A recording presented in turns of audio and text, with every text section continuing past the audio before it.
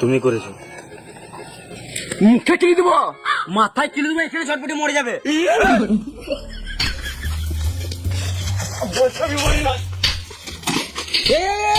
তোমরা ঝগড়া কেন করছো? স্যার আমি বলছি তো আমি বলি নাই। স্যার আমি অভিজিৎকে বলছি, আমি বলি নাই। আরে মামুনি, আমি তোমাদেরকে বলি নাই। তোমরা তো আমার গানে গানে ঘুরছো, তাহলে তোমাদের কি করে সন্দেহ করবো? আমাদের মধ্যে মানে এই কেসটার সম্পর্কে যে যে জানে তাদের মধ্যে কেউ বলে হবে। হ্যাঁ স্যার ঠিকই বলেছেন। সিআইডির থেকেও কিডন্যাপার অনেক চালাক। তার মানে কিছু বুঝতে পারলে দয়া? না স্যার। তার মানে কিডন্যাপারে মা ছোটবেলায় অনেক বাদাম খাইছিল।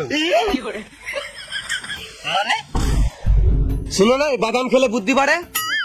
ও তাহলে মানে আপনার মা এই কথাটা জানতো না।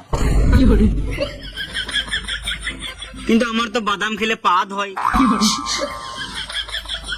এই বয়সে বাদাম খেলে বুদ্ধি হবে না, গুঁড়ি হবে। বেশ বেশ, আমরা এখানে বাদাম খেতে আসি নাই, যে কাজটা করতে এসেছি সেই কাজটা করো। কিডন্যাপারকে ধরতে গেলে আমাদেরকে ডবল মাথা লাগাতে হবে। কিন্তু আরেকটা মাথা পাবো কোথায়? আমাদেরকে একটা শুয়োর মরছে, ওর মাথাটা হবে?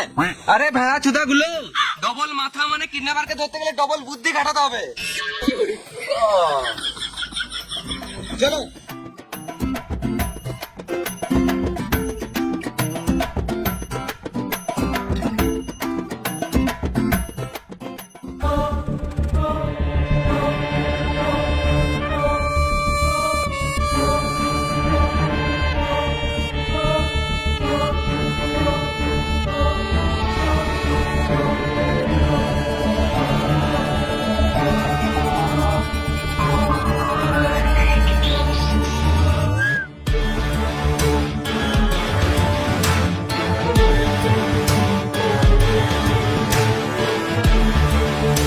তোদের বসকে ডাক, কিছু কথা আছে।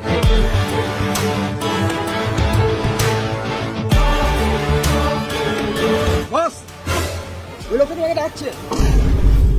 চললাম।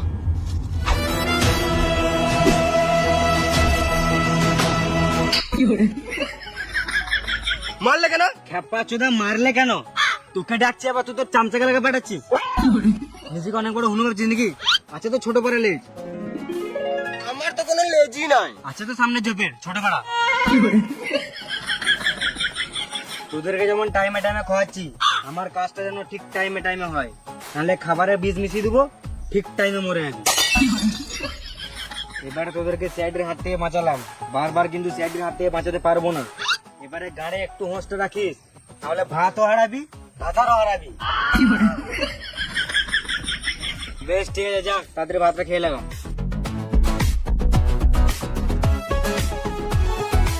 এটা কে এত গাঁড় পাকা মারছে? কেউ না, ডেলিভারি বয় বটে। ও তুমি বললে মার খেলে, আমি থাকলে না মুখে মুতে দিতাম। আরে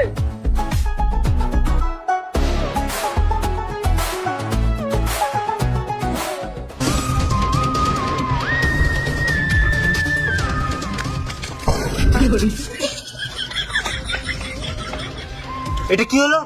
স্যার কিনে করলো নাকি?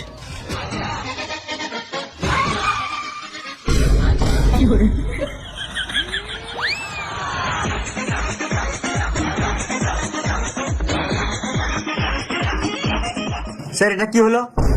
তেমন কিছু না, ডুমটা কেউ লাগাতে পারছিল না। তাই ভাবলাম এই কাজটা একজনই করতে পারবে, তাই না তুলে নিয়ে আসলাম। দেখলে দয়া, এতদিনে আমার ট্যালেন্ট কাজে লাগলো। ঠিক আছে স্যার চলুন।